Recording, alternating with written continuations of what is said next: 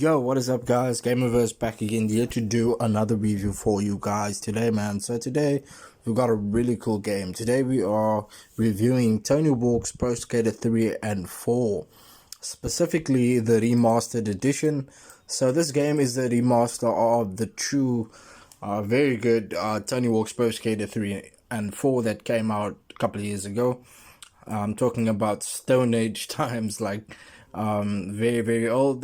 These games, the Tony Hawk's Pro Skater games, are really old, and they did it like 2 years ago with Pro Skater 1 and 2, and they decided to do it again. And I would say these games are actually really cool. And not only is it a remaster, but it also has quality of life features, different combo systems, trick variety, things like that. And today we kind of get into it. Let's get into it. Let's talk the gameplay. Let's talk about the gameplay first. How does it feel in 2025 in regards to the original controls? I mean, obviously it feels much more smoother. Doesn't feel as clunky as the old original version, which, didn't feel as clunky, but at the time it was acceptable, you know what I'm saying? And it felt good back at the time. But now that we have all of this technology, everything is advancing. We got these high graphics cards and things.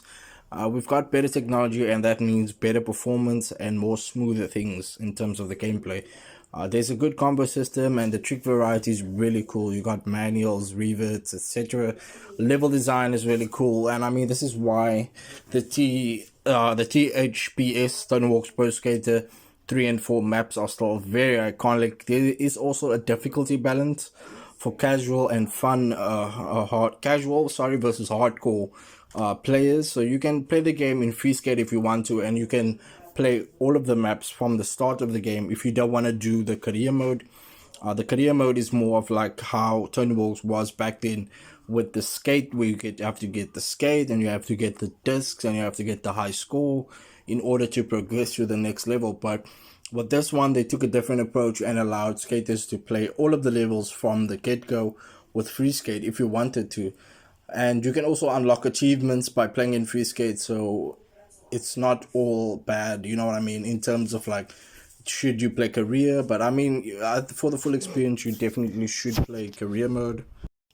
And for graphics, you can really see that the game looks super stunning. I mean, graphics is just amazing.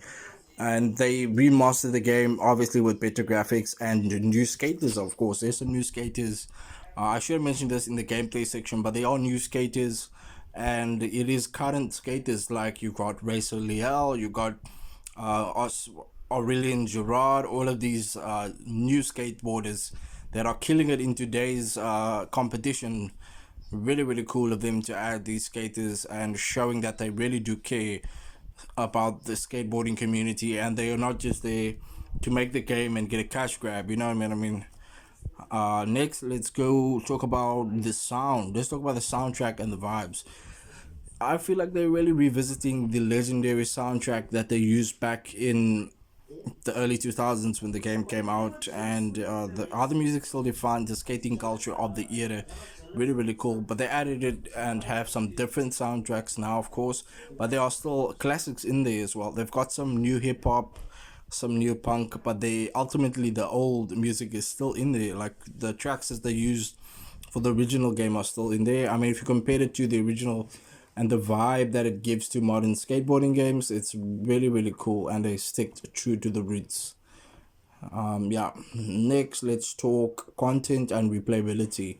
So essentially DLCs, right? And what modes are there? There's single player modes, career mode, goals, and challenges. There's also split screen. I almost said split screen and local multiplayer modes. There's also the online modes and how well the game holds up for the long term play. There are also secret skaters, unlockables, and cheat codes. So that is really cool. Next, I do want to talk about the legacy and the impact of the game. You know, what made Tony Hawk's Pro Skater 3 and 4 groundbreaking back then? I think it was the fact that